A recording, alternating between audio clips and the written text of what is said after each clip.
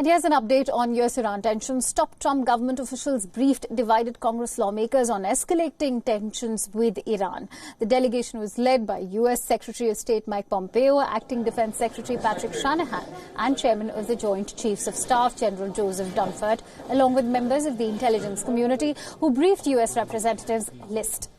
Defense Secretary Shanahan said that while threats from Iran in the Middle East remained high, deterrence measures taken by the Pentagon had deterred attacks on Americans. A statement reiterated by U.S. Secretary of State Mike Pompeo.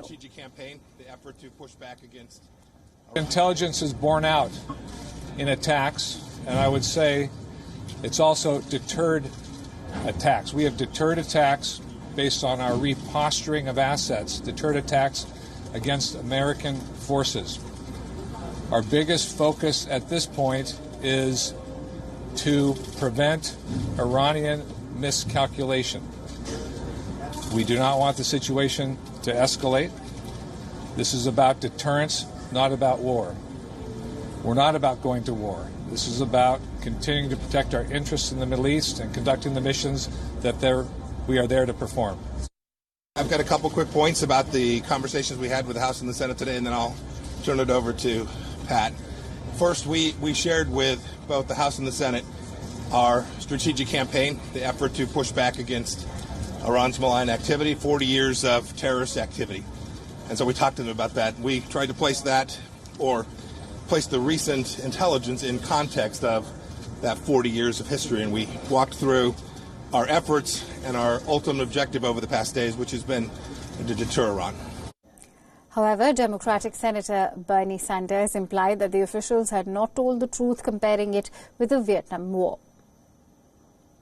Let me be very brief and say that I think, as most Americans know, way back when we were lied to about the situation in Vietnam, and we went into a war which ended up costing us 59,000 lives based on a lie. 2003, we were lied to in terms of Iraq supposedly having weapons of mass destruction. We lost over 4,000 brave Americans, and hundreds of thousands of people in the region were killed and forced to leave their homes.